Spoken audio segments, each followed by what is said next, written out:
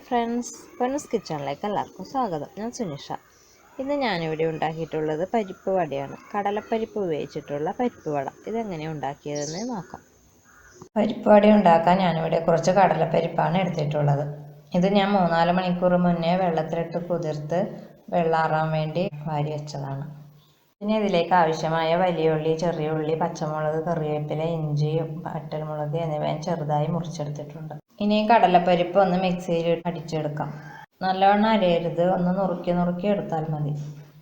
കുറച്ച് പരിപ്പ് ഞാനിവിടെ ബാക്കി വെച്ചിട്ടുണ്ട്. അത് പരിപ്പ് വട കഴിക്കുമ്പോൾ ഒന്ന് കടിക്കാൻ വേണ്ടിയാണ്.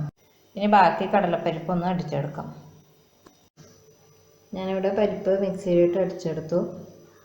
അതിൽ തന്നെ ഞാൻ ഉള്ളിയും നമ്മൾ നേരത്തെ എടുത്ത് വെച്ച ഉള്ളി, പച്ചമുളകെല്ലാം ഒന്ന് അതിൽ തന്നെ മിക്സിയിൽ ഒന്ന് അടിച്ചെടുത്തിട്ടുണ്ട്. ഇനി ഇതിലേക്ക് ആവശ്യമായ മസാലകൾ ഇട്ട് കൊടുക്കാം.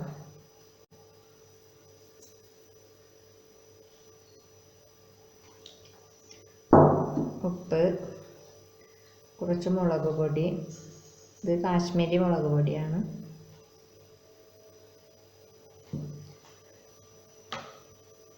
പിന്നെ കുറച്ച് കായം,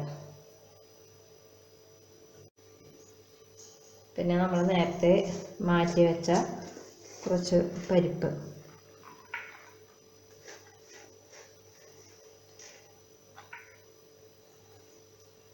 ഇനി ഇതെല്ലാം നന്നായി കുഴച്ചെടുക്കണം.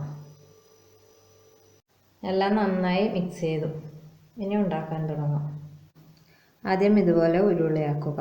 അതിനുശേഷം കയ്യിൽ വെച്ച് ഒന്ന് അമർത്തി കൊടുക്കുക.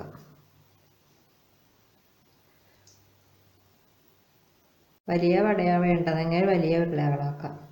ഞാനിവിടെ ചെറുതാണ് ആക്കുന്നത്. ഇനി ഇത് ചൂടായ എണ്ണയിലേക്ക് ഇട്ട് കൊടുക്കാം.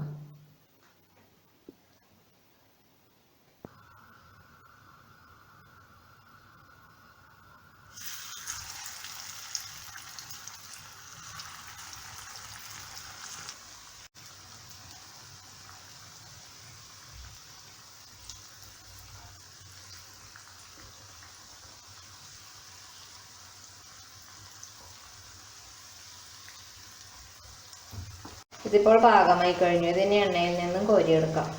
ഇനി ബാക്കിയുള്ളതെല്ലാം ഇതുപോലെ തയ്യാറാക്കിയെടുക്കാം. ഈ പരിപ്പ് വട നിങ്ങൾ എല്ലാവരും ഒന്ന് ഉണ്ടാക്കി നോക്കണം. എല്ലാവരുടെയും അഭിപ്രായങ്ങളും അറിയിക്കണം. ഇഷ്ടപ്പെട്ടാൽ മറ്റുള്ളവർക്ക് ഷെയർ ചെയ്യണം. എൻ്റെ വീഡിയോസ് ഇഷ്ടപ്പെടുകയാണെങ്കിൽ ഈ ചാനൽ ഒന്ന് സബ്സ്ക്രൈബ് ചെയ്യണം. താങ്ക്സ്.